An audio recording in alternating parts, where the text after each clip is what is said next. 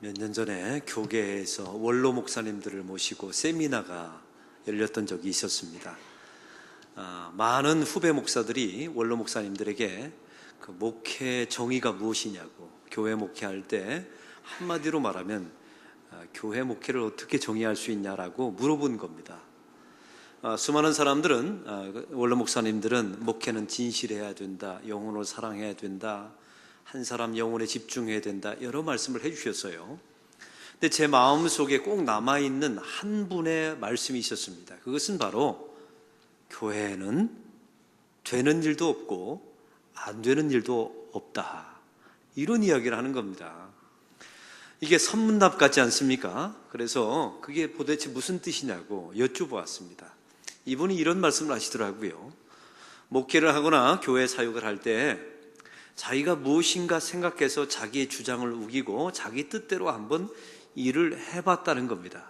근데 나중에 보니까 되는 것 같은데 안 돼 있더라는 겁니다. 그렇게 좋은 결과가 있을 거라고 기대하고 했겠지요. 그런데 나중에 보니까 모든 사역이 다 무너져 있더라는 것이죠. 하나님이 기뻐하시는 사역이 아니었던 겁니다. 근데 정반대의 이야기입니다. 그분이 또 이런 말씀하셨어요. 교회 사역을 하면서 이건 안 된다, 불가능하다, 이렇게 생각했던 일들이 있답니다. 그래서 하나님 앞에 엎드려서 기도했다죠. 또 겸손하고 순종하게 했답니다. 근데 나중에 시간이 지나고 보니까 안 될 거라고 생각했던 그 일이 되어 있더라는 겁니다. 기적적으로 말이죠. 이걸 보면서 그 목사님이 이런 말씀하셨습니다. 교회의 주인은 하나님이시고 하나님이 목회하십니다. 이게 제 마음속에 남아 있었습니다. 이게 교회만의 일이겠습니까? 성도의 일도 마찬가지입니다. 내 뜻과 내 주장과 나의 야망을 가지고 실컷 바벨탑을 쌓아보세요. 나중에 되는 것 같지만 아무것도 안 됩니다. 아니, 오히려 하나님께서 그 바벨탑을 다 무너버리십니다. 근데 어떤 경우에는 이건 안 될 것 같아요. 근데 하나님 앞에 진실하게 기도합니다. 겸손하게 순전하게 감당하죠. 근데 시간이 많이 지나고 보면 되어 있다는 사실을 알게 되고, 이건 하나님이 하셨습니다, 하나님께 영광 돌리는 그런 일들이 저와 여러분에게 일어나게 될 줄로 믿습니다. 오늘 본문의 말씀도 바로 이런 맥락에서 보기를 원합니다.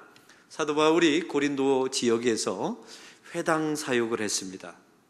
우리가 알다시피 순탄하지 못했죠. 조직적으로 지속적인 방해와 비방을 유대인들을 통하여 받았습니다.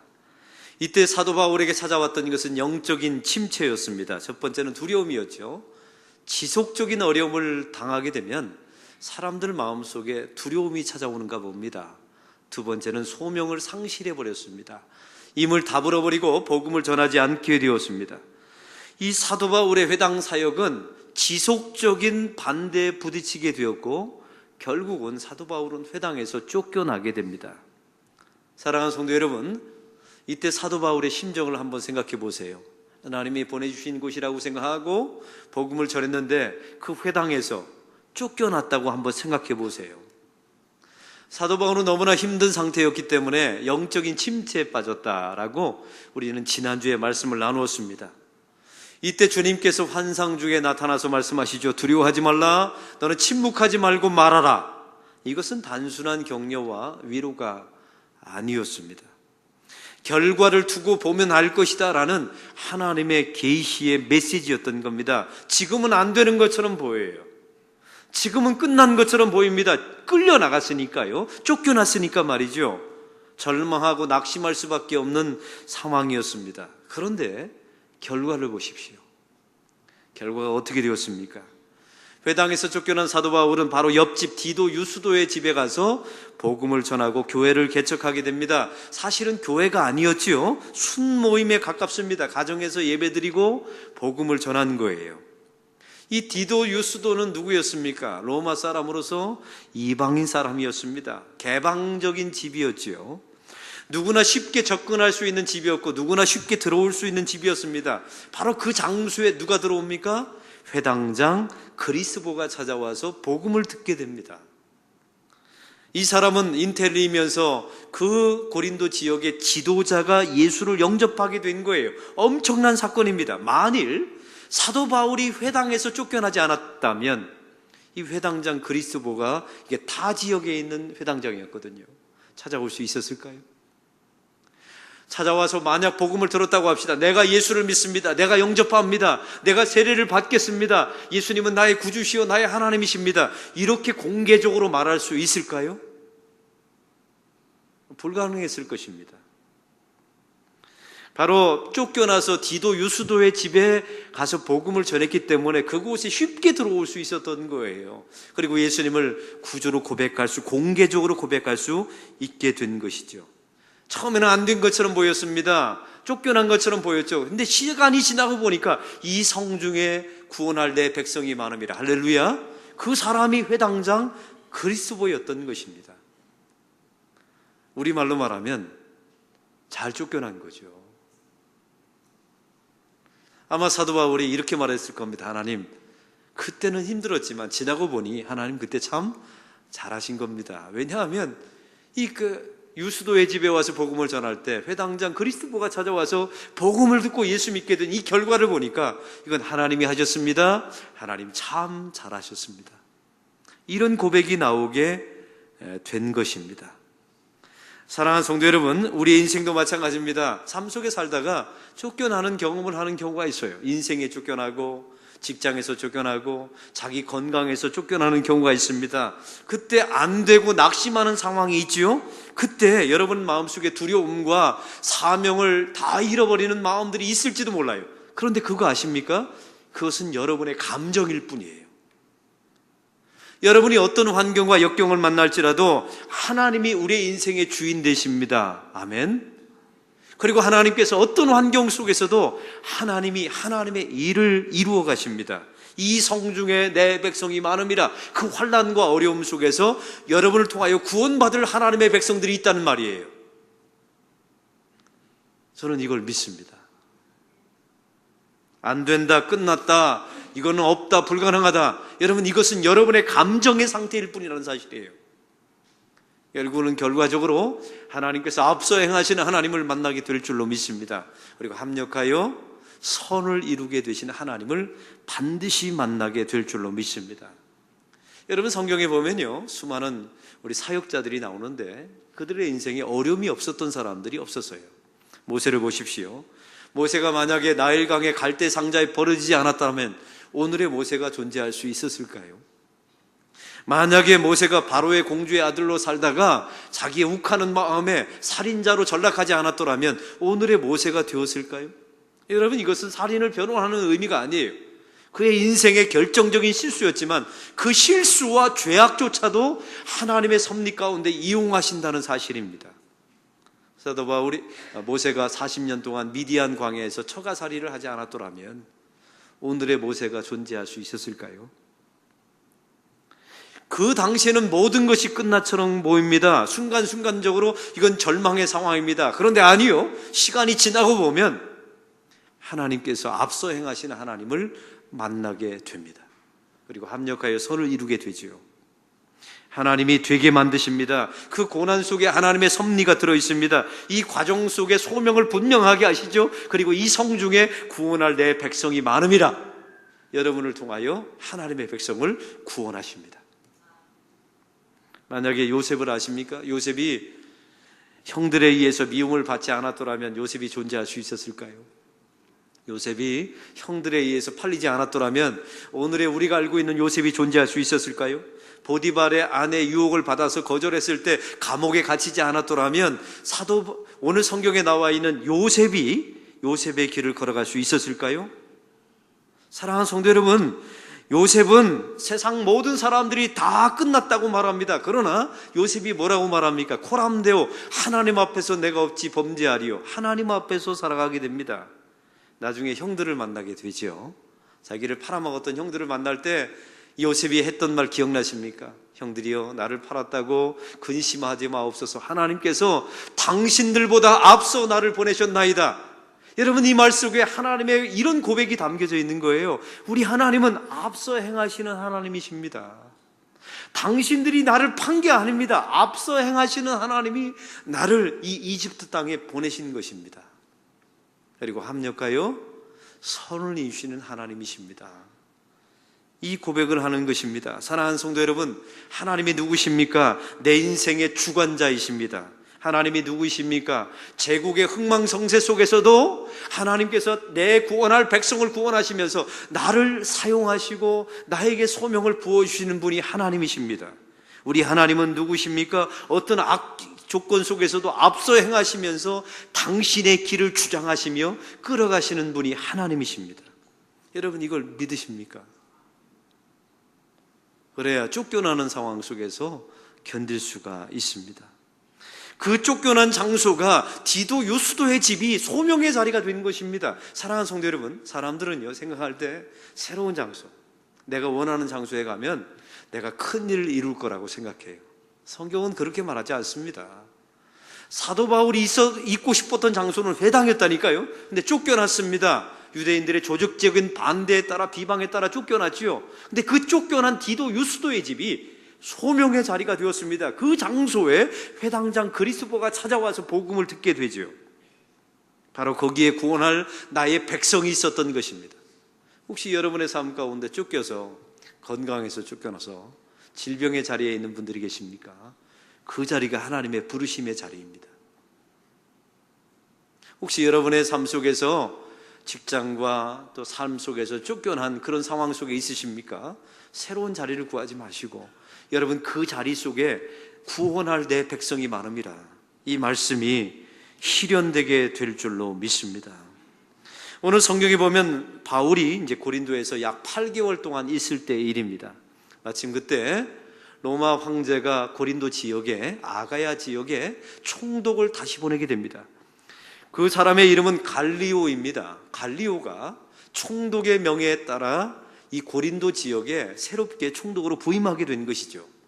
왜냐하면 고린도는 이 당시에 로마의 지배권 속에 있었습니다. 이 갈리오의 본명은 노바투스라고 하는 이름이었습니다. 네로 황제 스승이, 여러분 아는 사람이었던 세네카라고 하는 사람 들어본 적이 있습니까? 아마 로마의 역사를 공부해 본 분들은 아실 거예요. 이 세네카가 바로 로마 황제 네로의 스승이었는데, 그 세네카의 형님이 바로 오늘 성경에 나와 있는 갈리오였던 겁니다. 좋은 가문이었죠. 이 노바투스의 아버지는 이 좋은 명문의 가문의 아버지로서 교육을 신경 썼습니다. 그래서 자기 두 아들들의 교육을 위해서 어렸을 때부터 로마로 이주해 갔어요.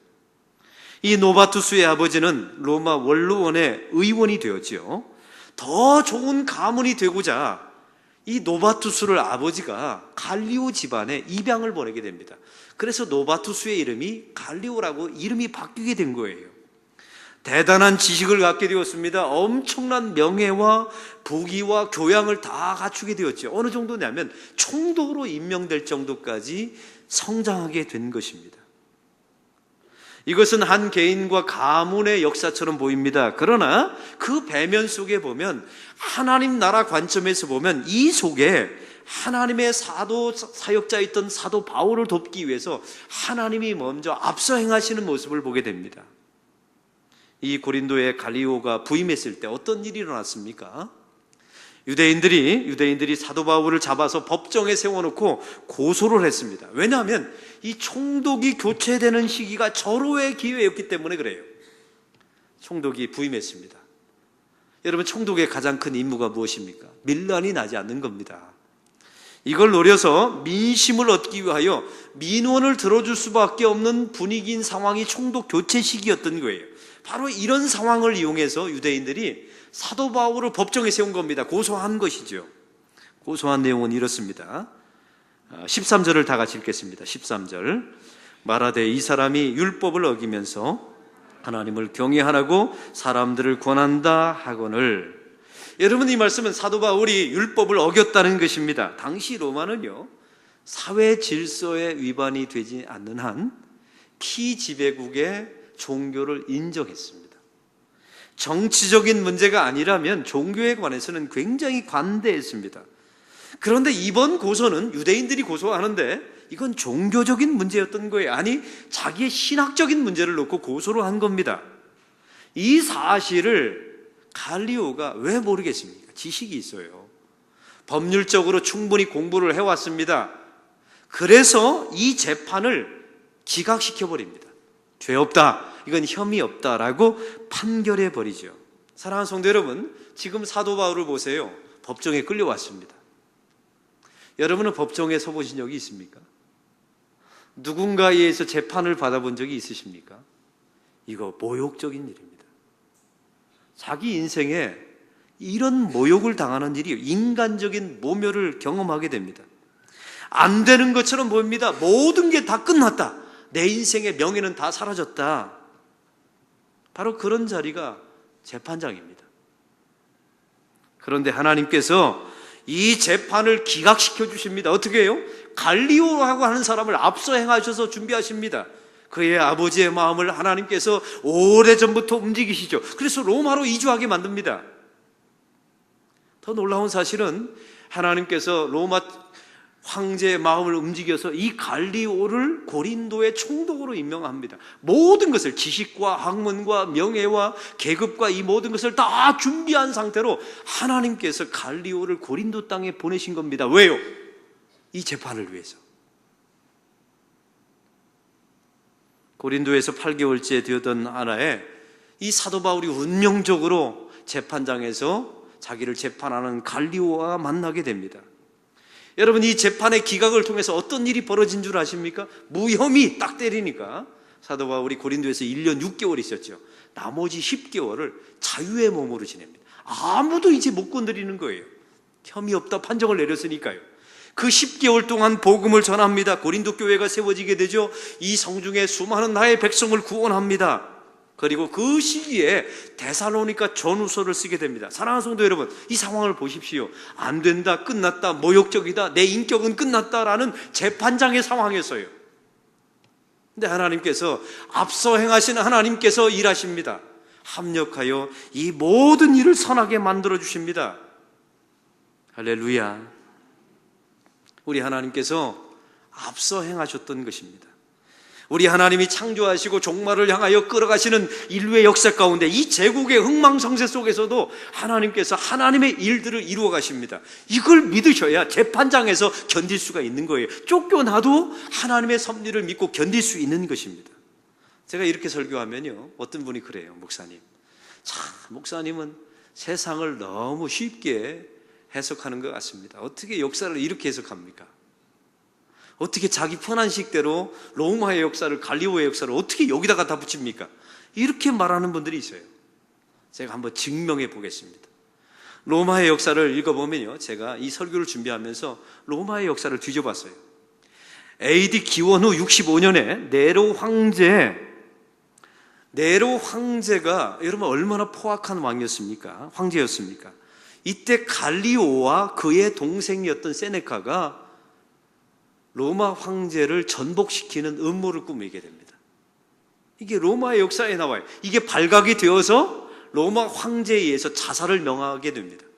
그래서 세네카와 오늘 성경에 나와 있는 갈리오가 자살로 인생을 마무리 짓게 됩니다. 사랑하는 성도 여러분, 이 역사를 보면 재판장에 서서 재판을 내렸던 갈리오가 우리 모든 역사의 주인처럼 보이죠. 주인이 어떻게 자살로 끝납니까?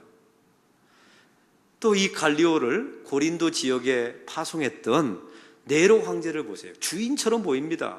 무소불위의 권력을 가지고 이 제국의 흥망성쇠를 주장하는 주권자처럼 보이죠? 아니요.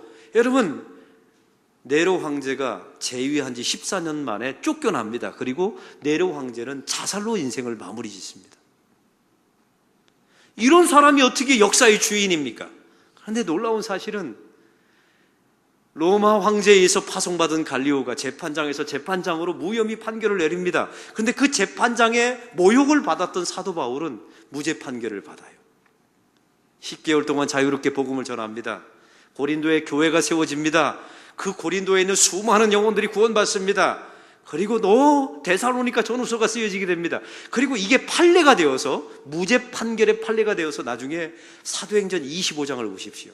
사도 바울이 예루살렘에서 재판받는 상황에서 이 판례가 예가 되고서 이 사도 바울이 예루살렘에서 재판을 받지 않고 로마로 압송당하게 되는 결정적인 기회를 제공합니다. 로마로 건너가서 복음을 전하게 되죠. 전 세계 복음화를 이루게 되는 결단의 시간이 된 것입니다. 그리고 사도 바울은 로마에서 순교자로 인생을 마무리 짓습니다.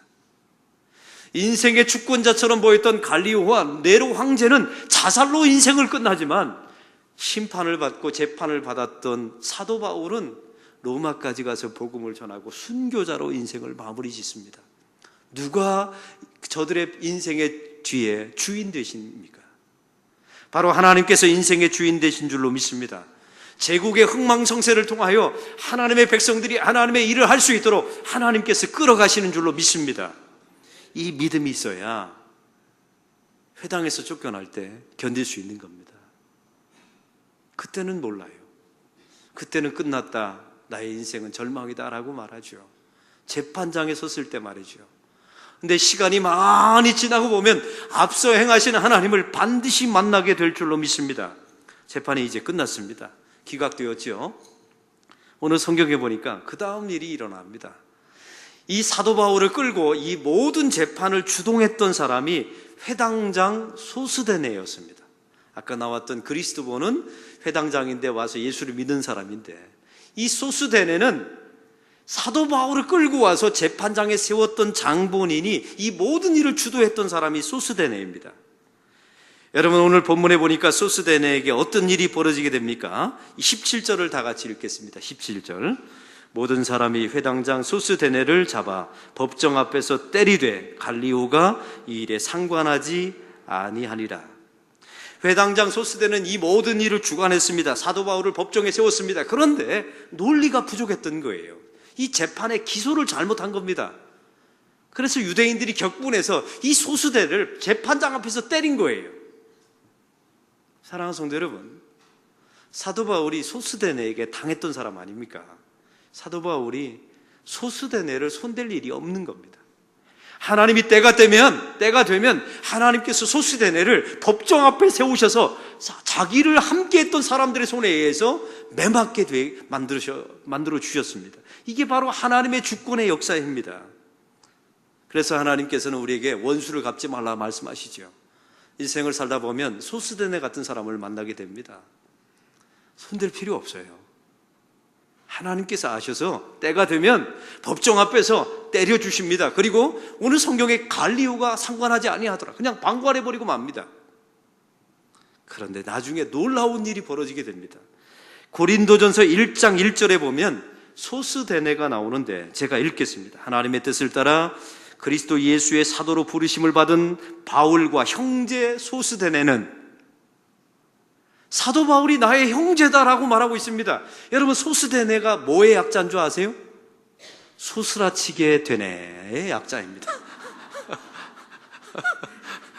또 이걸 또 적는 분들이 있으면 안 됩니다. 이 소스라치게 되네의 약자가 소스데네. 사도 바울을 법정에 세웠던 사람, 몰아붙였던 사람, 모욕 주었던 사람이에요. 그리고 나중에 어떻게 되었습니까? 사도 바울이 손을 대지 않아도 법정에서 알아서 두들겨 맞았어요. 근데 이 사람이 나중에 보니까 사도 바울의 형제가 되어 있는 겁니다. 고린도 교회 편지를 쓸 때 자기 편지에 제일 첫 번째 말했던 사람이 소스데네, 자기를 법정에 세웠던 사람. 사랑하는 성도 여러분, 이건 누가 하신 것입니까? 인간의 힘으로 되는 게 아닙니다. 하나님께서 하신 것입니다. 안 되는 것처럼 보이지만 시간이 지나고 보니까 하나님 앞에 진실했어요. 하나님 앞에 소명을 가지고 진실되게 했더니 되어 있도록 하는 것입니다. 이게 앞서 행하신 하나님, 합력하여 선을 이루시는 하나님이신 줄로 믿습니다. 여러분, 이 신앙 고백이 있어야 쫓겨날 때 견딜 수 있습니다. 그 재판장에서 그 인간적인 모욕을 견딜 수 있다는 사실입니다.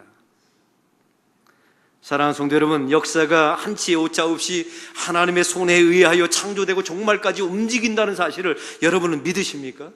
제국의 흥망성쇠가 하나님의 거대한 섭리 가운데 움직이고 그 안에서 우리가 고통과 환난 속에서도 하나님께서 나를 통하여 일하신다는 사실을 정말 믿으시나요? 그리고 결국 이 성에 나의 백성이 많음이라, 나의 그 환난 속에서도 당신의 백성을 나를 통하여 구원하실 것이라는 사실을 여러분이 정말로 믿으십니까? 그러면 여러분은 견딜 수 있을 겁니다. 그리고 반드시 승리할 줄로 믿습니다. 그리고 안 되는 것처럼 보이지만 나중에 되어 있고 앞서 행하시는 하나님을 반드시 고백하게 될 줄로 믿습니다. 우리 교회에 정치를 꿈꾸는 한 집사님이 계셨습니다. 한 4년, 5년 전부터 나오셔서 정치를 꿈꾸셨어요. 야당이셨습니다.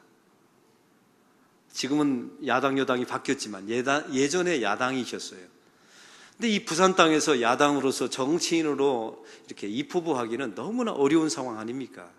이분은 특별히 또 문재인 씨의 계열이었어요. 저한테 기도 부탁을 하면 목사님, 저한테도 기회가 올까요? 이게 항상 저한테 했던 말이에요. 근데 제가 봐도요, 그분은 너무나 신실하고 부부가 우리 교회 세교우로서 한 4년 전에 등록하셨는데 정말 진실하게 봉사를 하세요. 그 선교 갈 때마다 선교 후원도 하시고. 그래서 제 마음속에 이런 기도 제목이 있었어요. 하나님, 정치를 하면 사람이 버린다는데 저렇게 순전하고 순박하게 신앙을 갖는 사람이 정말 정치를 할 수 있는 게 맞습니까? 또 문재인 씨의 계열이라는데 이 부산 땅에서 저런 분에게 정말 정치할 기회가 주어질 수 있을까요? 제가 정말 이렇게 기도했던 적이 있어요.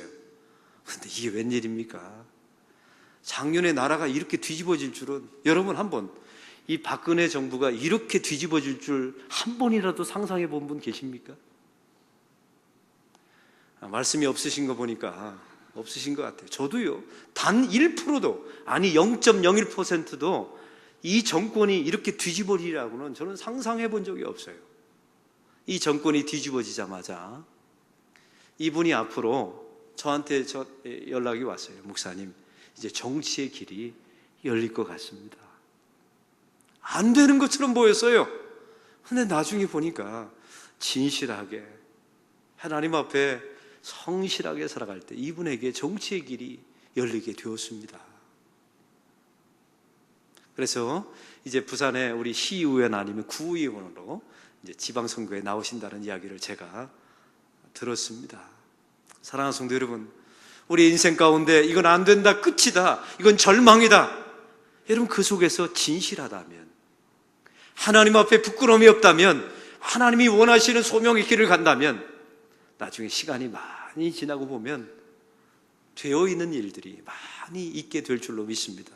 왜냐하면 하나님께서 역사의 주인이시기 때문입니다. 우리 하나님께서 앞서 행하십니다. 그리고 합력하여 선을 이루게 만들어 주실 줄로 믿습니다. 그럴 때 우리는 하나님, 그때 참 잘하셨습니다.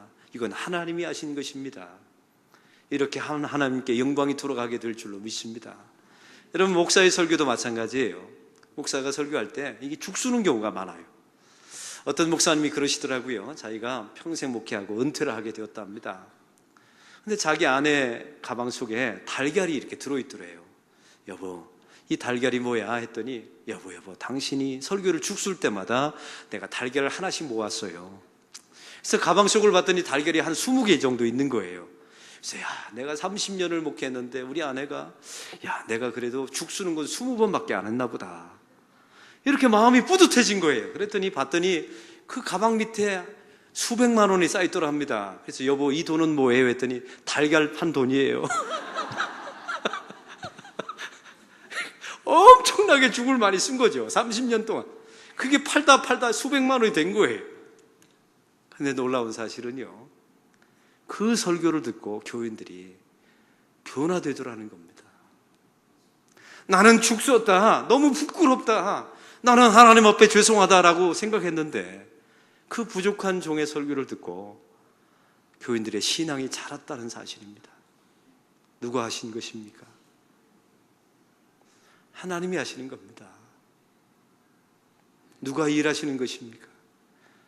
하나님이 일하시는 것입니다. 나는 좀 부족하고 연약하더라도 하나님께서 일하시면 일이 되어질 줄로 믿습니다. 하나님 아버지, 오늘 말씀을 통하여 앞서 행하신 하나님, 합력하여 선을 이루신 하나님을 보게 됩니다. 사도 바울은 쫓겨났을 때 그 쫓겨난 장소에서 내 구원할 백성을 만났습니다. 회당장 그리스도였습니다. 법정에 섰습니다. 인간적인 모욕을 다 당했습니다. 그런데 하나님, 그 법정에서 무죄 판결을 받았고 그것이 판례가 되어서 사도 바울은 로마까지 가는 길이 열렸습니다. 하나님, 참 잘하셨습니다. 그때는 이해가 되지 않았지만 지나고 보니 하나님께서 일을 하셨고 일을 되어지게 만드셨습니다.